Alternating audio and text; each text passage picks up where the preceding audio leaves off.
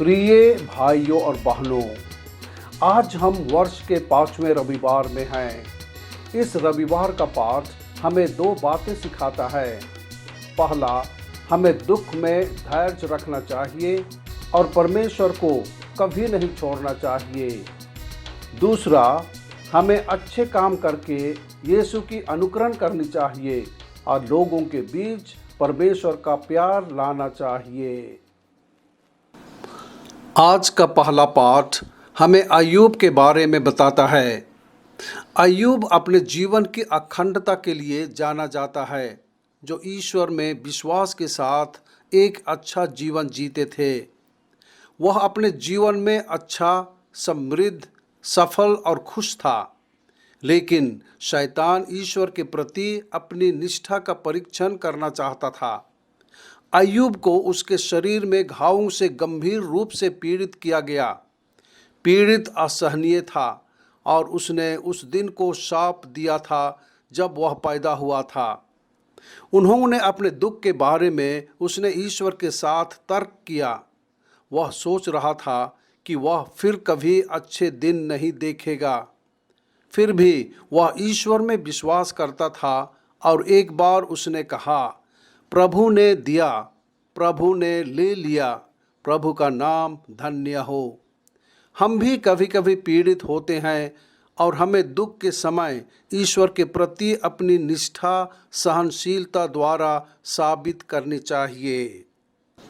दूसरे पाठ में संत पौल हमें बताते हैं कि यीशु ने उन्हें सभी राष्ट्रों को सुसमाचार प्रचार करने के लिए बुलाया था। हालांकि वह ईसाइयों का उत्पीड़न करने वाला था, फिर भी वह प्रचारक बन गया। सुसमाचार प्रचार करना उनका कर्तव्य था।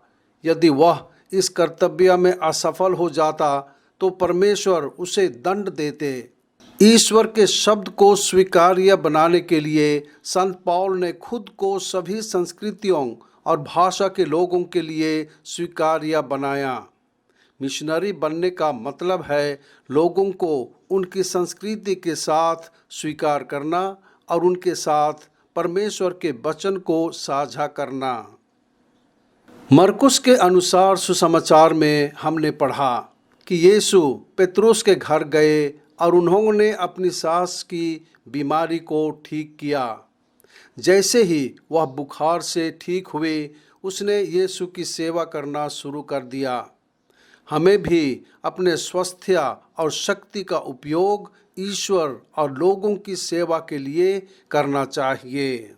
उसी शाम लोगों ने कई बीमार लोगों को और बुरी आत्माओं से पीड़ित लोगों को यीशु के पास लाए और उसने उन सभी को चंगा कर दिया।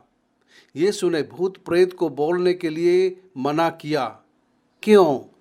वे यीशु के बारे में पूरी तरह से नहीं जानते थे और यही कारण है कि उन्होंने उन्हें बोलने नहीं दिया।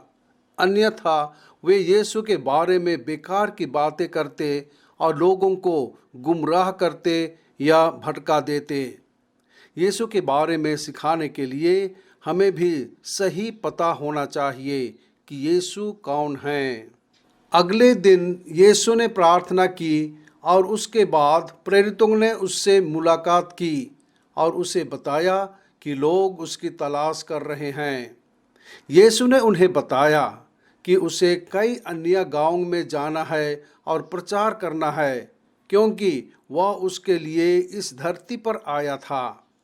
तब यीशु गलील के कई गांवों से गुजरा और लोगों को उन्होंने सिखाया और बुरी आत्माओं को बाहर निकाला। इस तरह यीशु अपने पिता की इच्छा पूरी करने के लिए घूम घूम कर काम कर रहे थे। यीशु के सभी अनुयायियों को वही करना चाहिए जो यीशु ने किया। यीशु ने दूसरों को सिखाया, हमें भी दूसरों को सिखाना चाहिए।